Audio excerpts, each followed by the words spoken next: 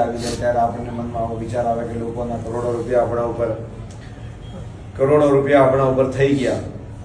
ક્યારેક એવી પરિસ્થિતિ આવી જાય કે માણસ ડિપ્રેશનમાં જતો રહે, ચિંતામાં મુકાઈ જાય. તો ઘણીવાર જીવનમાં આપણે રેસ હોય, રેસમાં દોડતા હોય, રેસમાં જ્યારે આપણે પાછળ પડી જઈએ ત્યારે આપણને આવા વિચાર આવે કે આપણે ક્યારેક આવા વિચાર આવે, નબળા વિચાર, કે આપણે સુસાઇડ કરી નાખીએ. એ કોણ કરે? જે જ્યાદા સંવેદનશીલ માણસ હશે, એ જેની સમજણ શક્તિ વધારે છે, જ્યાદા સેન્સિટિવ છે અને જ્યાદા વસ્તુને ગંભીરતાથી પોતાના જીવનમાં લે છે, એવા માણસને સુસાઇડના વિચાર આવે. જે જાડી ચામડીનો માણસ છે એને આવતા નથી. હવે પ્રશ્ન એ થાય કે તમે ઘણું કમાવા નીકળ્યા હો તો નુકસાન પણ ઘણું થવાની શક્યતા છે. દાખલા તરીકે ચાની લારી કરી હોય તો તમારે બહુ લાંબુ નુકસાન ન થાય, પણ દાખલા તરીકે તમે સેન્સેક્સ કરતા હો કે શેર બજાર કરતા હો કે તમે બિટકોઈન કરતા હો કે આ કરતા હો તે કરતા હો, એમાં એકદમ ગ્રાફ નીચે આવી જાય. તમે રાતોરાત કરોડપતિ પણ થઈ જાઓ અને રાતોરાત રોડપતિ પણ થઈ જાઓ. તો કરોડપતિ થવું સારી વાત છે, પણ ક્યારેક એવી નબળી પરિસ્થિતિ માણસના જીવનમાં આવે ત્યારે જીવનમાં ક્યારેક નબળા વિચાર નહીં લાવવાના. નબળા વિચાર કદી નહીં લાવવાના. પરિસ્થિતિનો સામનો કરવાનો. જ્યાં ખોયું છે ત્યાં ગાડીથી આપણે પ્રાપ્ત કરવાનું છે. જ્યાં નુકસાન કર્યું છે એમાં જ નફો મળશે, પણ આપણે ટકી રહેવું પડે. નબળા વિચાર ક્યારેય જિંદગીમાં લાવવાના, કોઈને આવતા હોય ને તો એને પણ રિફ્રેશ કરી નાખવાનો. સમજ્યા ને? મરેંગે નહીં. कैसी भी परिस्थिति हो जाए, मुसीबत આવે, સંકટ આવે, આ આવે તે આવે, આત્મહત્યા, સુસાઇડ કદી ન કરો, કારણ કે અવગતમાં જવું પડે અને પછી આપણે અવગતમાં ફરવું પડે. ભગવાન શ્રી કૃષ્ણ ગીતામાં કે જે માણસ મતલબ આત્મહત્યા કરે, સુસાઇડ કરે, એ માણસનો 7 ભાવ સુધી એનો ઉદ્ધાર નથી થતો, એને ભટકવું પડે.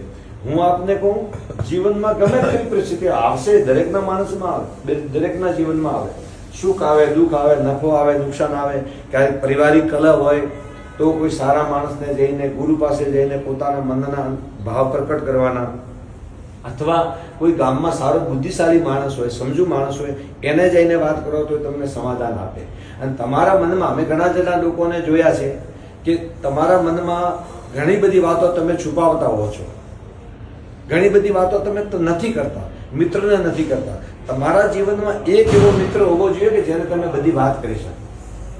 નહીં તો અંદરનું અંદર બધું ભરાવા માંડે અને એક દિવસ પછી વિસ્ફોટ થાય અને પછી આખો પરિવાર ભાંગી પડે. તમારા ઉપર તમારો પરિવાર જે નિર્ભર છે, બહેન હે, ભાઈ હે, માતા હે, બચ્ચો હે, છોકરો, પરિવાર, એ બધા તમારા ઉપર નિર્ભર રહે. એટલે જીવનની અંદર મારું કહેવું એવું છે કે ગમે તેવી પરિસ્થિતિ આવે, નબળી પરિસ્થિતિ, પણ નબળા વિચાર નહીં લાવવાના. અને જ્યાં છો ત્યાં ટકી રહેશો, જ્યાં ખોયું છે ત્યાં જ ગોતશો તો આજે નુકસાન થયું છે, કાલે નફો પણ થશે. એટલે જીવનની અંદર સંઘર્ષ કરો, નબળા વિચાર મત લાવો, અડધો કલાક રોજ હસો, સારા માણસ સાથે મિત્રતા રાખો. યુટ્યુબમાં, મોબાઈલમાં તમે થોડી વાર ગમે ત્યારે પણ સાંભળો, કોઈ ફાલતુનો કન્ટેન્ટ ન જુઓ. આજે સોશિયલ મીડિયામાં કોઈ નેટફ્લિક્સ ને કોઈ સિનેફ્લિક્સ ને આવા બધા જે પ્લેટફોર્મ એની લત ન લગાડવી. સારા મહાત્માના પ્રવચન આવે, સંતોના પ્રવચન આવે, સારું કોઈ ભજન આવે, એને સાંભળીને તમે સાંજે સુવો. સવારમાં ઉઠો તો ભજન વગાડો, સાંજે સુવો તો ભજન વગાડો. પછી જ્ઞાની પુરુષો દ્વારા જે શબ્દો કહેલા છે એને જીવનમાં તમે બેઠા ગોખો. ક્યારેક બહુ નુકસાન થઈ ગયું હોય તો ગીતાનો જે સાર છે ને કે કુછ લેકે આયા નહીં, કુછ લેકે જાયગા નહીં, બરાબર? તો એવા તમારા મનને બનાવો તો જ તમારું જીવન આ ભાગદોડની દુનિયામાં ટકી રહેશે. નહીં તો શું થાય?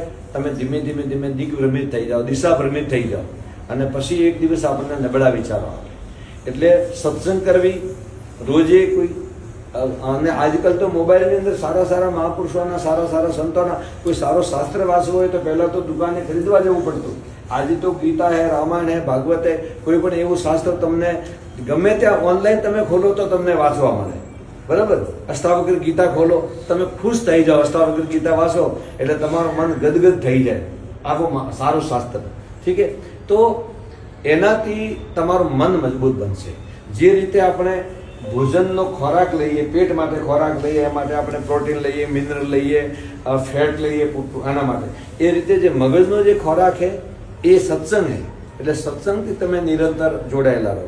અથવા કોઈ ગુરુ મહારાજના સંતોના કંઈ ન હોય તો ગુરુ મહારાજ રવિદામા સિદ્ધ પુરુષ છે એમને તમે સાંજે રોજ સુતા યાદ કરો, અથવા તમે એમનું નામ લો તોય તમારા જીવનના દુઃખ દાંદર દૂર થશે. એટલે જીવનમાં મારું કહેવું એટલું છે કે તમે મજબૂત રહો, સત્સંગ કરો, વ્યસનથી દૂર રહો. આ દુનિયાની અંદર માણસ જ્યારે કંટાળે જ્યારે સીધો વ્યસન પાસે દોડે, કંઈ કે વ્યસન શીખે, સિગરેટ પીએ, બીડી પીએ, ગોજો પીએ, ભોંગ પીએ, આ પીએ, તે પીએ, ગમે તે પીએ. કદી એ વ્યસનમાં પડવું નહીં. નશો કરવો હોય કદી ન કરવો. નશાથી શરીરનો નાશ થાય, નશાથી બુદ્ધિનો નાશ થાય, નશાથી ઘર બરબાદ થઈ જાય. કેટલા લોકો નશાના રવાડે ચડી ગયા. અને આ માનસિક નશો જે છે મોબાઈલનો, એમાં પણ એ ખોટા પ્લેટફોર્મ ઉપર જઈને ખોટા વિચારો બગાડીને શરીરનું, મનનું, આત્માનું પતન થાય એવો ધંધો કદી નહીં કરવાનો. સત્સંગ સિવાય કાંઈ સાંભળવું નહીં. સવારે વહેલું ઉઠવાનું, બને ત્યાં સુધી મોડું નહીં ઉઠવાનું, બને ત્યાં સુધી જેટલું વહેલું ઉઠવું. સાંજે વહેલું સુવાની આદત ડાળો.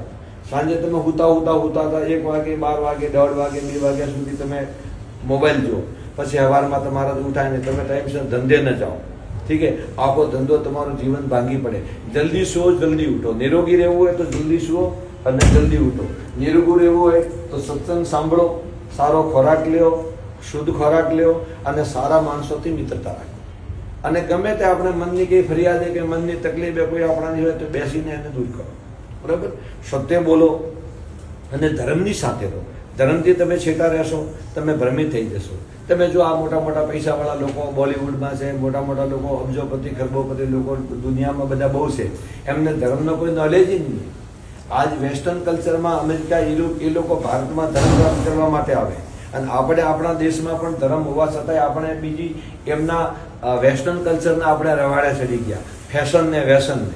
તો એમાંથી બહાર આવો અને સત્સંગ જરૂર સાંભળો અને રોજ હસો. અડધો કલાક એવું કંઈક ટોપિક તૈયાર કરીને તમને હસાય એવો તમે કંઈક ગોઠવો. ઠીક છે? અને અવારનવાર અઠવાડિયે 15 દિવસે માનો એમ જ કોઈ સારા માણસના પાસે જાઓ તો કોઈ જગ્યામાં આપણે ભેગા થઈએ તો મનની ચર્ચા કરો. ફાલતુ ચર્ચા કરવી, ફાલતુ વિવાદ ઉભા કરવા, એકબીજા પેલો આમ કહેતો તો પેલો આમ કહેતો તો બૂડી ભૂલી કરવી, આ બધામાંથી તમે બહાર આવો અને પોતાના ધંધામાં ધ્યાન આપો. તમે માત્ર ને માત્ર કમાવા માટે આવ્યા છો અને કમાવા માટે તમારો ઉદ્દેશ્ય છે તો ધંધો કરો અને તમારું જીવન પણ સુધારો અને આ લોક પણ સુધારો અને પરલોક પણ સુધારો. ઠીક છે? બોલો સદગુરુ ભગવાન.